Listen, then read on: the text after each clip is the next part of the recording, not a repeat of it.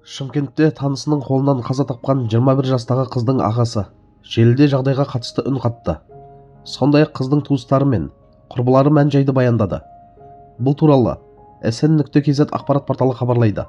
Жалпы істің мән-жайын Айым есімді Threads қолданушысы баяндады. Оның сөзінше, марқұм қыз күдікті Аймахан Шерханмен былтыр жаз айында тойда танысқан. Осыдан кейін күдікті бойжеткеннің соңынан қалмай қойған көрінеді. Күдікті Аймахан Шерхан Нұрайды «Мені темір торға қамай алмайсың» деген сөзбен қорқытқан.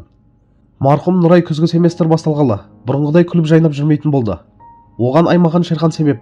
Олар жаз мезгілінде тойда танысып, бастапқыда артынан қалмай көңіл білдіріп жүрген.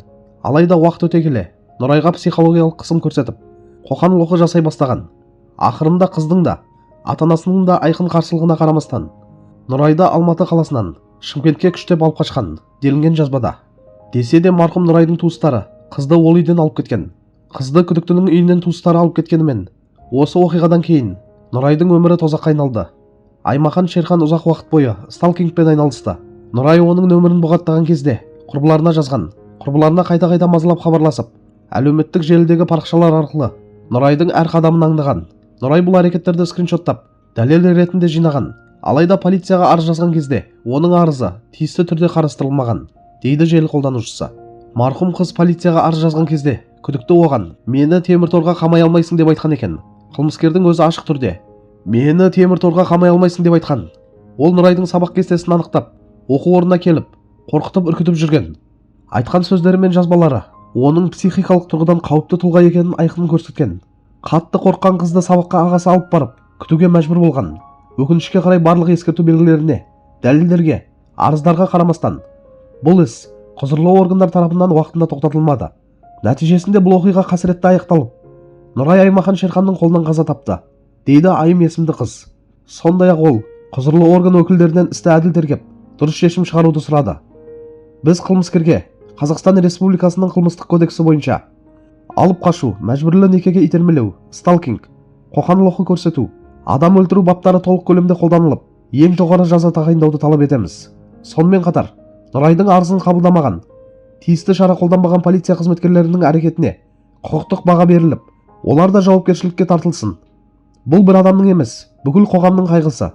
Бұл еленбеген арыздың, қорғалмаған қыздың, жұмысын атқармаған жүйенің салдары. Нұрайдың қаны әділдік сұрап тұр, деп жазды ол.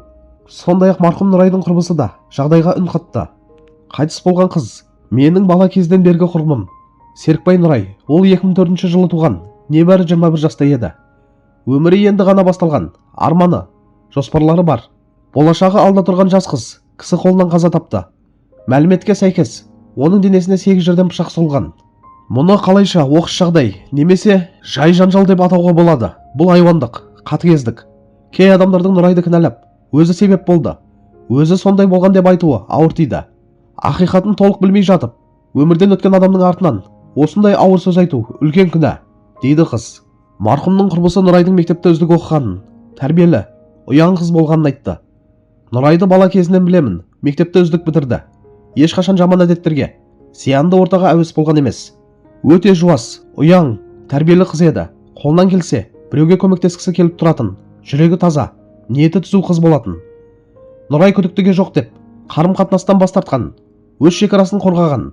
Бірақ дәл сол жоқ деген жауабы үшін ол қысымға, қудалауға, соңында зорлыққа ұшыраған болуы мүмкін. Нұрай мұндай тағдырға лайық емес еді. Оның атына, абыройына, рухына тіл тигізбеңіздер. Өлген адам өзін қорғай алмайды.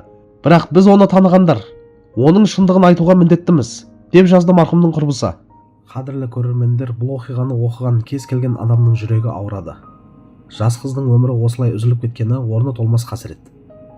Бұнда ең қорқыныштысы Нұрайдың жалғыз емес, ұзақ уақыт бойы қорқып жүргені, көмек сұрағаны, бірақ сол дауыстың дер кезінде естілмей қалғаны.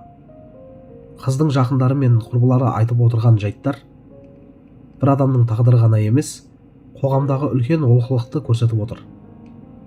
Жоқ деген сөзді қабылдай алмау, қысым көрсету, аңду, бұның бәрі жеңіл нәрсе емес екенін енді түсінгендейміз. Бұндай белгілерге бейжай қарауға болмайтынын бұл жағдай ащы түрде дәлелдеді. Бұл жерде ешкімді айыптап, эмоциямен шешім шығарудан бұрын әділ әрі ашық тергеу қажет деп ойлаймын. Әр арыз, әр дәлел назардан тыс қалмауы керек. Қыздардың қауіпсіздігі тек сөз жүзінде емес, іс жүзінде қорғалуы тиіс. Нұрайдың атына тіл тигізбей, керісінше одан сабақ алып, осындай жағдайлар қайталанбас үшін жүйелі өзгеріс керек. Бұл бір отбасының ғана емес, бәріміздің ортақ қайғымыз.